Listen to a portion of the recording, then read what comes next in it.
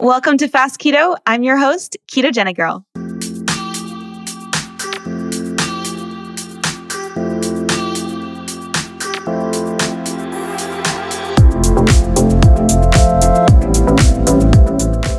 Hey guys, welcome to this week's episode of Fast Keto. I am so excited to get to be recording another episode. It's been weeks since I've been able to sit down and just record.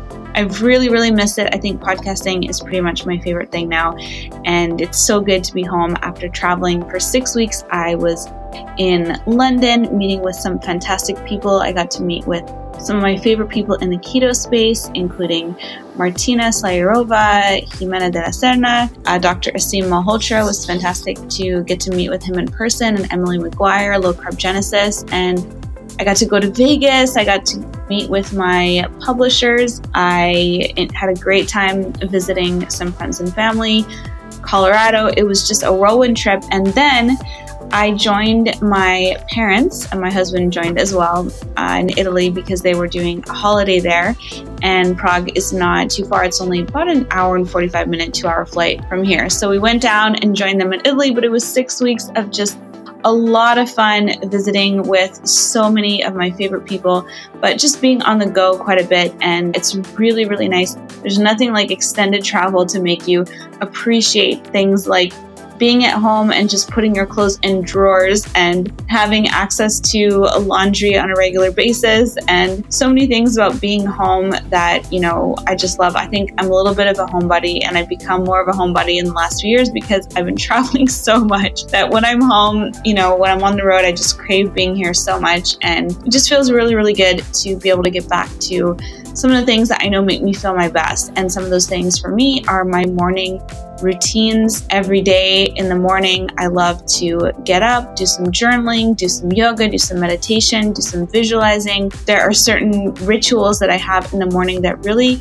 set the tone for my whole day. And I just find it really difficult to do some of that stuff when I'm traveling and on the road. I recommend you check out my 28-day Ketogenic Girl Challenge. What it is a full 28-day meal plan and program that includes all the recipes and foods that you need to eat for 28 days. I call it the 28-day challenge because it's just a great way to get past all the information overwhelm. There's so much information online about keto, and this way you can just get past that. All the macros are calculated for you to get into a state of ketosis, and I was able to do that by using tried and true proven macro approaches that I've developed over several years of doing the keto diet and working with over 3,000 people to date on this program. Our Ketogenic Girl community in the members group is incredible. Everyone in there is so supportive, providing helpful tips and hints and sharing their successes and struggles and challenges as well in the group together, because we're all in this together gaining more health. The 20-day challenge program comes with weekly shopping lists, meal plan overviews, a guide to testing yourself and interpreting the results for keto, and it also comes with my support and coaching in our members only group. So go check it out at ketogenicgirl.com. It's the 28-day challenge, and any purchase of the 20-day meal plans gets you access into the challenge. You can choose to get the program either soft copy or with a printed copy as well. It's printed on beautiful paper, spiral bound, and I ship it out to you the same day. So go check it out, the 28-day Ketogenic Girl Challenge at ketogenicgirl.com.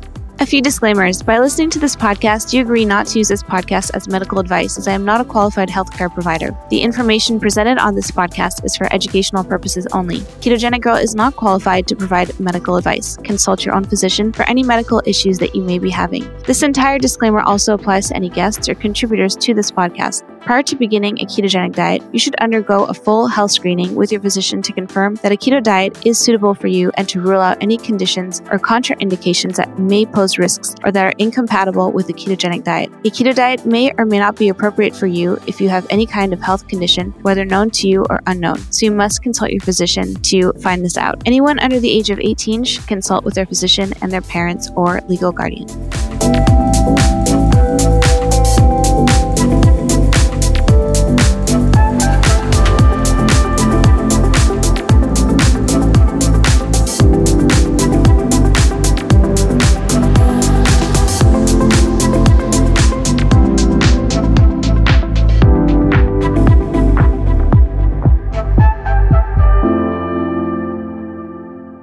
I'm back now after 6 weeks, and I'm here and I'm getting to podcast, and I'm doing a Q&A episode today, a special episode just with your questions. And I put out requests sometimes for questions out there because I get a lot of the same questions over and over again. And so I have created resources, like I have a free ebook, I have FAQs and things, but it's nice to be able to share some of the replies to those things on a podcast episode. And so I'm not sure how many questions I'll be able to get to today. So I might do a part 2 of this as well, because I don't want to go on and on and on for an hour just answering questions, but I'll probably keep this one closer to about half an hour and do a part 2 episode with more of your questions. We have some really exciting episodes coming up next week with Megan Ramos, the fasting expert at Intensive Dietary Management and also a friend of mine. And we have Dr. Gabrielle Lyon, who's coming on, and she's going to talk all about protein and take your questions on that. So we have some really fun Q&A episodes coming up in the next few weeks that you can look forward to checking out. So today is just you and me chatting about some questions that I get on a regular basis, and also some random questions that are just popping up on my feed. So I wanted to go through some of them. The first one is, what supplements do you take? I do get this question quite often, and people ask me if I take supplements, what kind. And daily, I like to take a whole foods sourced multivitamin. I take vitamin C every day. I take magnesium every day before bed. And every day, I also take a bifidobacteria probiotic in the form of a pill. And I also like to take prebiotic foods. But in terms of like oral supplements, those are the ones that I take. And lately, one of the things that I've added in the past 6 months or so has been doing gelatin and collagen daily. And let me tell you, this has completely revolutionized my hair and nails and skin. I've been adding it, and I've been posting a little bit about my Level Up Latte, which is just coffee with some added collagen or gelatin sheets. And you froth it up either with a handheld immersion blender or with just a standard blender. And also add a little bit of coconut oil in there too. I'm not a big fan of doing the boosted coffees and bulletproof coffees and things, but I do like to add a little bit of coconut oil in there just for some flavor, because just with gelatin or collagen on its own, it doesn't taste as good. But if you like it just plain with gelatin or collagen, it tastes fantastic. I usually add about half a scoop, 1 or 2 tablespoons into my coffee in the morning, and I froth it up. And when I use gelatin sheets, when I'm able to find those, I just get generic ones from the grocery store or local supermarket, and I can find them just about anywhere. And I find that those make it super, super frothy. There's something about the gelatin sheets that when you dissolve them in the coffee and froth them up, I'll leave the blender on for about 30 to 60 seconds, and it gets so creamy and frothy. And putting in about a teaspoon of coconut oil if you want that flavor, it is so, so yummy. But I recently went to a new hairdresser when I was in Denver, and she's like, wow, you're so lucky. Your natural roots that are growing in are so healthy, and you have really thick hair, don't you? And I was like, I've never heard that in my life. What? And she's like, yeah, your roots are just like so healthy and strong. And I've always had sort of finer hair. To hear that my root regrowth was looking so healthy and thick just blew my mind. And I have been having the same thing with my nails. I had to stop going for manicures, and I used to get gel manicures every once in a while, and I had to stop going because my nails have been growing so fast. Part of it has also been because I've been increasing my protein. I'll talk a little bit more about that. But if any of you follow my Instagram, I've been doing higher protein levels. I did a big high protein experiment. I've been eating more protein. I think that combined with the added protein from collagen and gelatin is just, in terms of supplements, as a whole food supplement, I don't think you can get anything better than gelatin or collagen. I just find that gelatin, if you get a no-name brand from a health food store or just the gelatin sheets, it's like a fraction of the cost of some of the collagen you see out there, which is in these pretty containers and marketed, and, it looks fantastic. It costs like 10 times as much, and you're getting basically the same thing. I have heard actually Sarah Ballantyne on her podcast say that gelatin itself is actually even better than the collagen peptides. And you can listen to the podcast that she did on that if you search for Sarah Ballantyne and collagen peptides versus gelatin. I think I can put that in the show notes too. But those are the supplements that I take on a daily basis. I find that my keto diet is extremely nutritious, but I'm just someone who likes to supplement additionally with certain things. And I also do add sodium to most days. I add it to my water when I'm having added magnesium. So I take those every day, and that's what works for me. It's not something that I'm recommending because I have no qualifications to recommend things to anyone. But, you asked and I answered. That's what I do personally. And I think there are some great supplements out there. And the more that I've been learning about biochemistry, some of you may know that I've gone back to school to study a postgrad degree in science. And the more I'm learning about the importance of cofactors in enzymatic processes, it's just been blowing my mind how important it is to have those daily vitamins. There are certain vitamins like biotin, niacin. They actually are critical parts of our enzymatic function. And without them, I never really realized that that's why we need vitamins so much, is they actually are cofactors for enzymes. And enzymes do so much to speed up processes that are happening in the body. They can take a process that they can accelerate the rate of a process by up to 1,000,000-fold. And so many of these are essential chemical processes that happen in the body. And that's why vitamins are so, so important, and why we feel our best when we're making sure we're getting all of them. So if you're eating real whole foods and nutrient-dense foods, you're probably doing great and you may not need to supplement. But you can also have your levels tested to see where you're at. There's so many online sources and different ways of testing. You can go to your doctor. I regularly have my vitamin levels checked, and they're really maintained well for my whole foods ketogenic diet. But I also just like to supplement with some of those things, especially probiotic foods, because I don't eat as much yogurt as I used to. And that goes into the next question. On keto, low carb, high fat, can you have yogurt, regular, 3.5% plain from time to time? What are your thoughts on that? So I'm a huge fan of yogurt, and Greek yogurt especially. I absolutely love it. And a lot of people think the carb count is too high. I think it really just depends on how you are personally sort of spending your carbs that day. For me, I don't eat a lot of high carb foods at all. I don't eat a lot of carbs in general. So once in a while, when I want to have a treat, for me, there are certain things that I go to, and those things often include Greek yogurt. I really love plain Greek yogurt. I love just having it on its own and sometimes adding little things to it. I think in the past I used to add cocoa nibs to it, or some raw almonds or nuts or hemp seeds. There's different things you can add in there, and it makes for a really nice treat or dessert if you ever want something like that. But I always go with anything that's sort of over 3% fat, anywhere from 3 to 10%.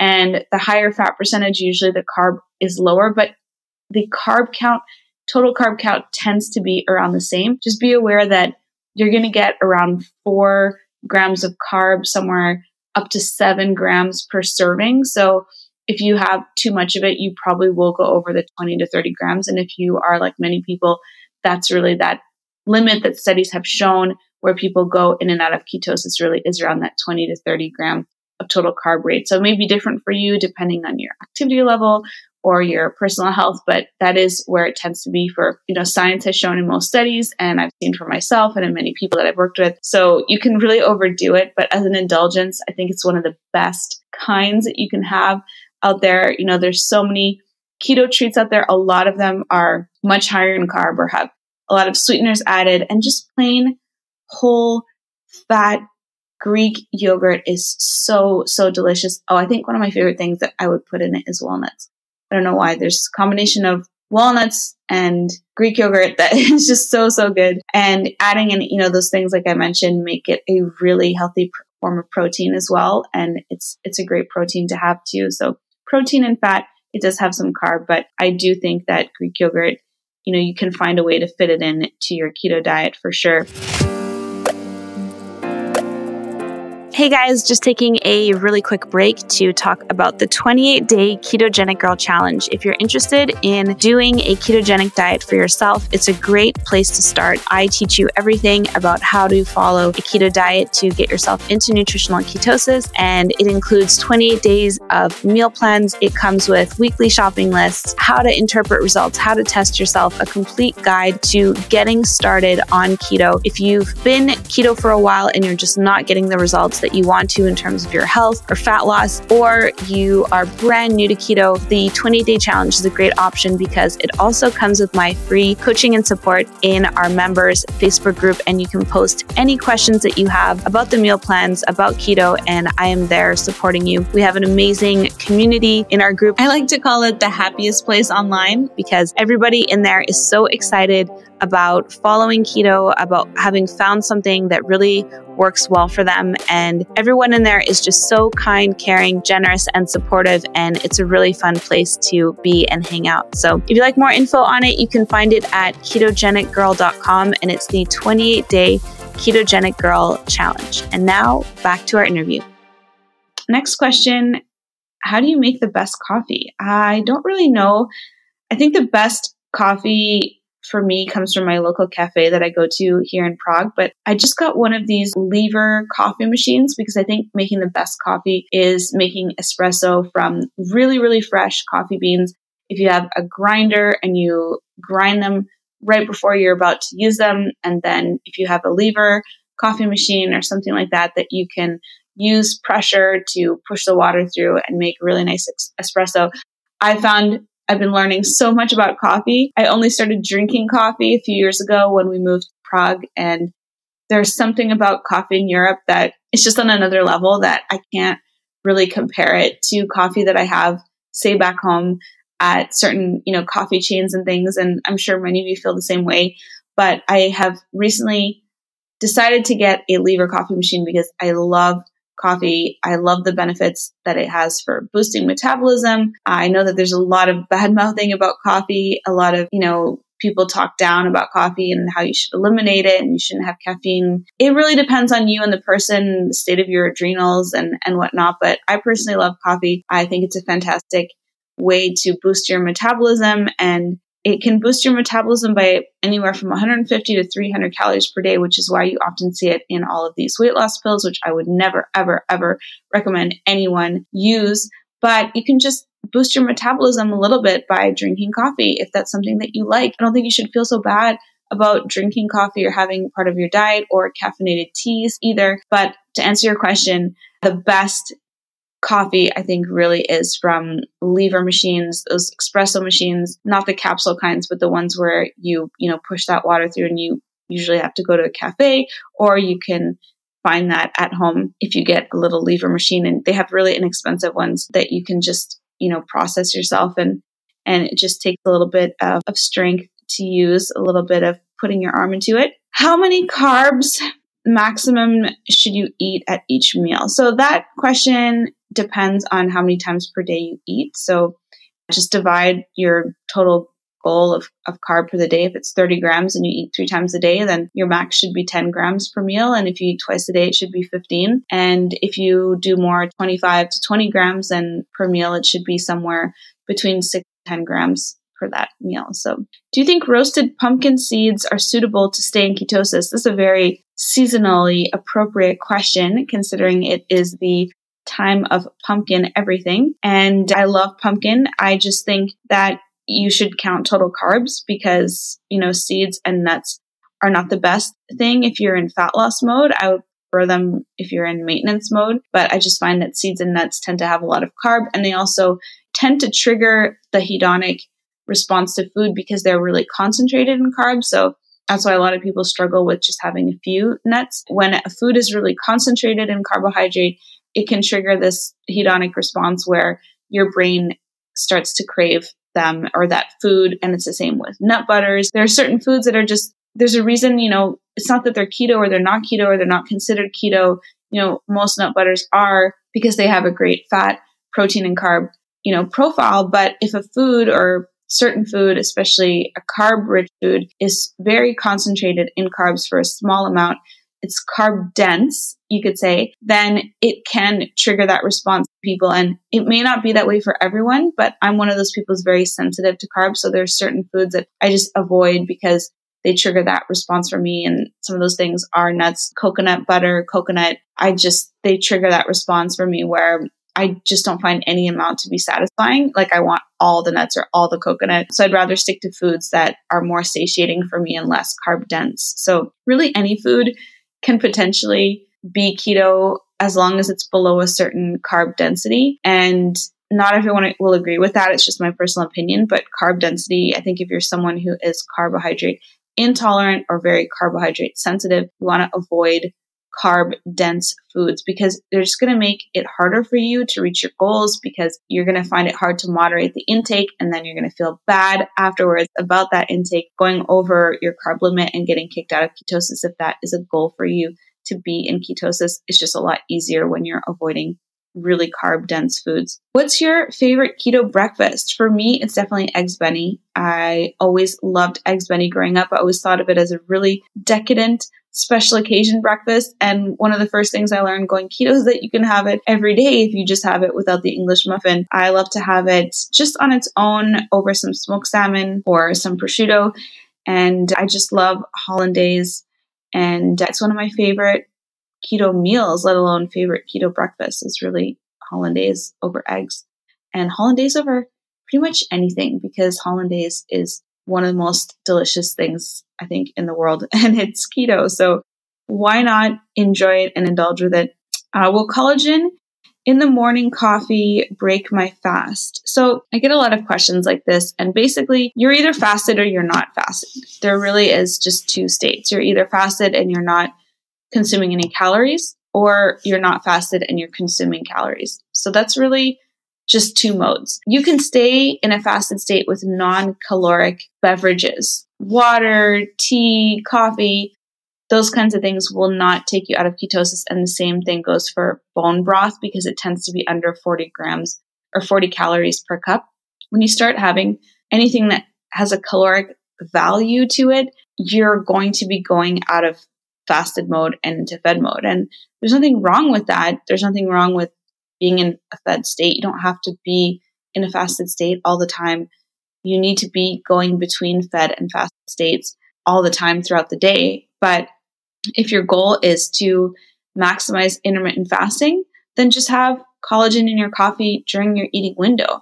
If you have it outside of your eating window, technically you're opening your eating window. And that goes the same for anything you put in your coffee. You're drinking calories instead of eating calories, but because they're in a liquid form, we somehow think that it doesn't affect the fasted or fed state. But really the definition of being in a fasted state is being without calories. So that's my personal interpretation of it. Other people may have different interpretations of it. And there are people out there who talk about how you can stay in a fasted state if you have below a certain amount of calories, if you have, fatty coffees or boosted coffees, that you're staying in a fasted state because you're not raising insulin as much. The truth is, any food, all foods raise insulin. Fat raises insulin less compared to carbohydrate and protein. But you are raising insulin, and insulin is an anabolic hormone. It is a growth hormone. It is an endocrine signaler that is responsible for building, storing fat. And because of that, having elevated levels of it prevents the body from being in a fasted state where you get those benefits from intermittent fasting. So if your goal is to do daily intermittent fasting, adding foods to your coffee like collagen is mostly protein. It does have a caloric value to it. So technically you are going out of a fasted state, just maybe not by much. And on a ketogenic diet, studies have shown that we go back into a fasted state much more rapidly. So to answer your question, you may go out of a fasted state, but if you're on a ketogenic diet and your insulin to glucagon ratio is lower than if someone who's on a high carb diet, or you are more insulin sensitive from doing keto, from doing some of these protocols, it's very likely that you'll go back into a fasted state quite quickly after having that. So it really all depends on what works best for you. If adding some collagen to your coffee and a little bit of coconut oil in the morning means that you fast until, say, 1 or 2 p.m. and then you have a bigger meal then maybe that's a good strategy for you. It really just depends on what you want to achieve.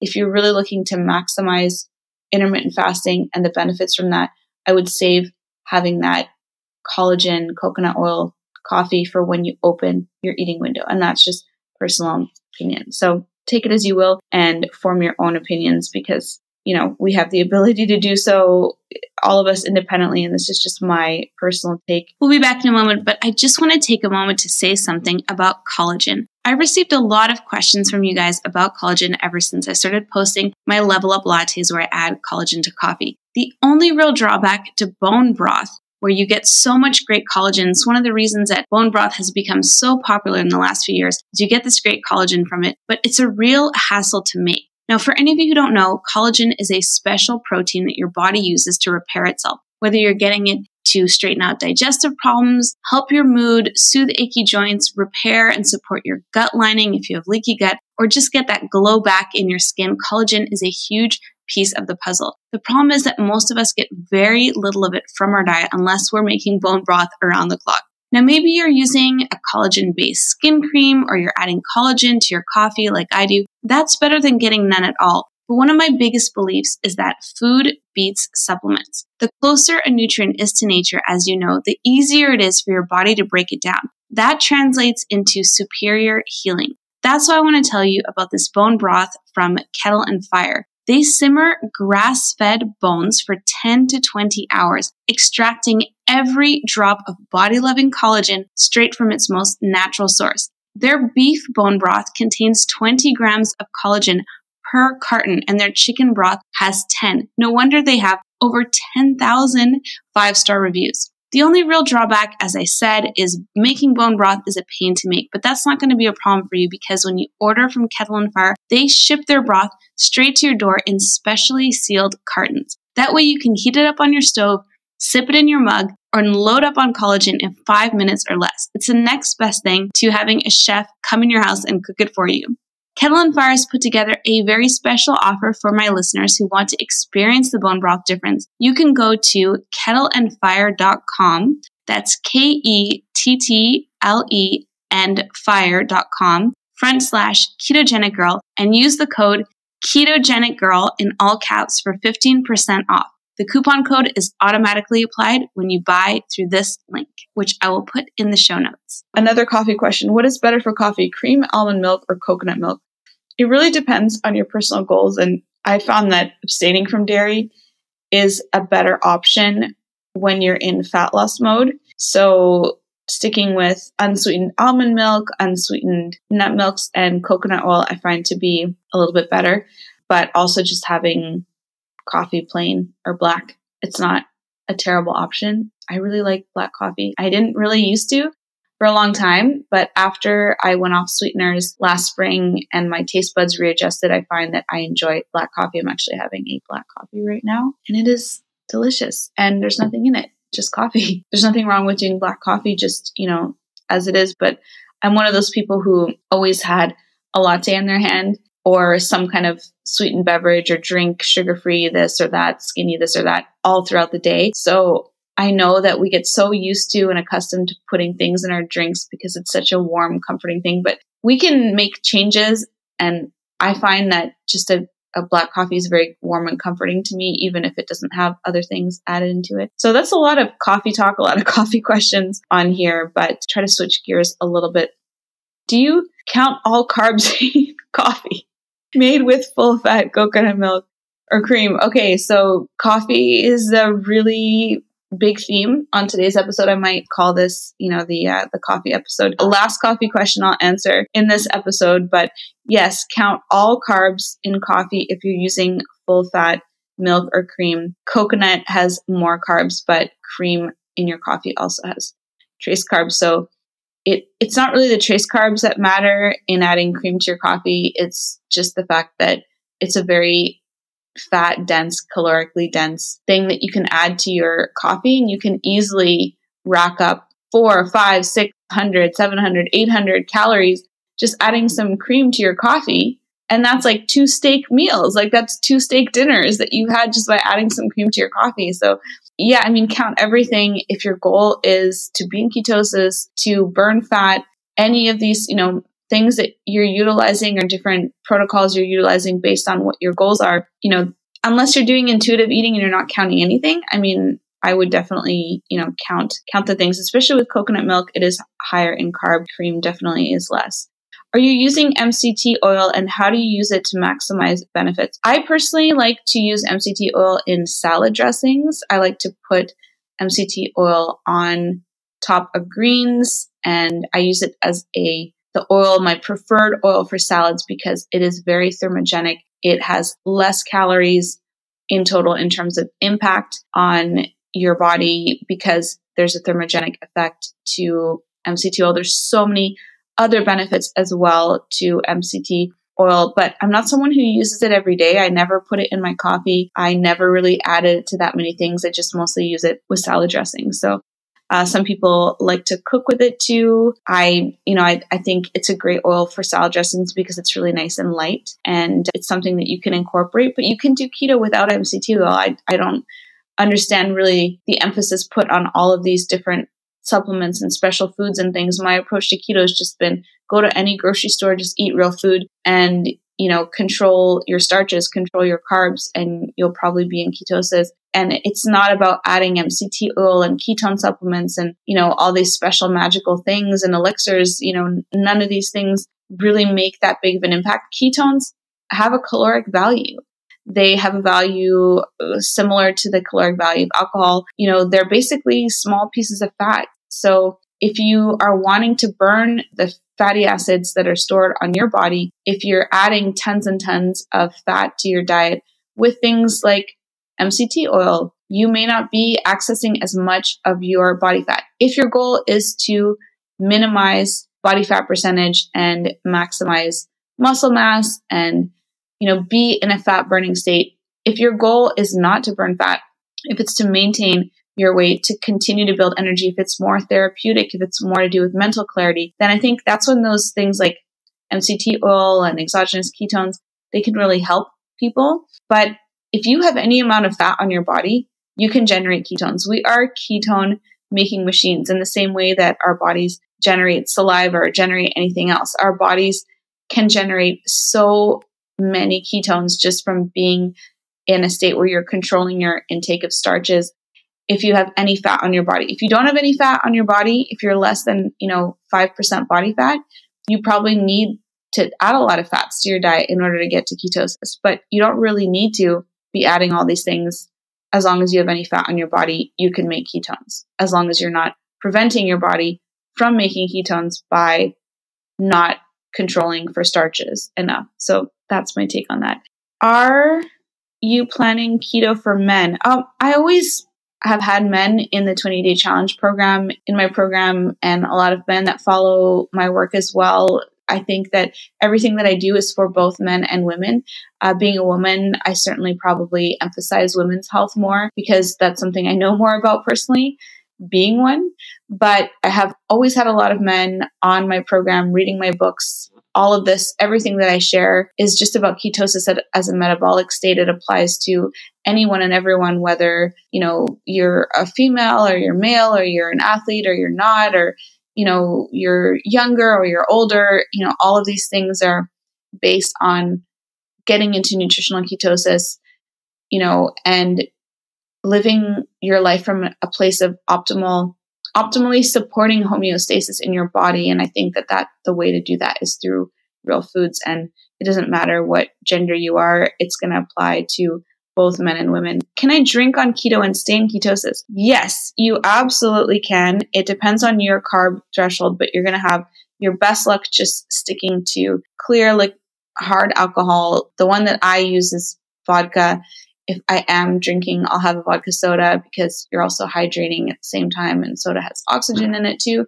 So I like to just stick to tequila, vodka, maybe gin at times with soda, and drink it that way. And some people can drink wine and stay in ketosis. So you really have to test it out for yourself.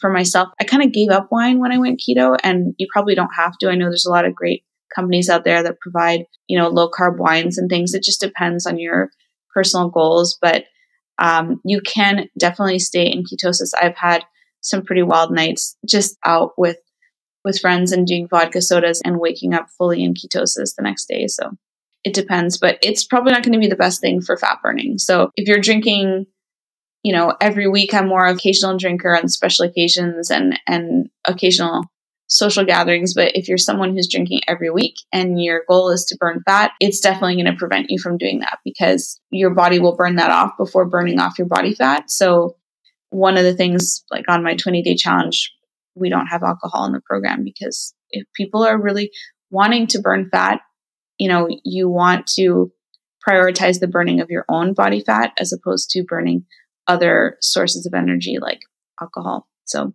I can't believe it, but we're already up to 31 minutes. So I'm really going to have to do a part 2 of this. And there are so many questions. I think I only got through about 10 or 11 of them. And I think I'll just make this a regular podcast format and answer your questions as I go. So I'll do part 2, maybe part 3, maybe part 4. And this one, I hope you got some good little tidbits from it. I hope I answered at least one of your questions when it comes to keto. And I save questions that I get all the time. So I have a very, very long list of questions to get to. And I hope that I was able to answer some of them. At least if you drink coffee, I know that you were probably covered with today's episode talking about coffee, boosted coffee, the best kinds of coffee, and what you put in your coffee. It's obviously a very important topic to all of us, and one that I take very seriously because I love coffee and I'm tired of people bad-mouthing coffee all the time. It's a wonderful source of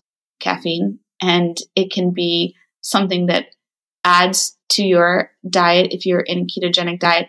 It all depends on you personally, on the state of your health, your adrenal function, all those things.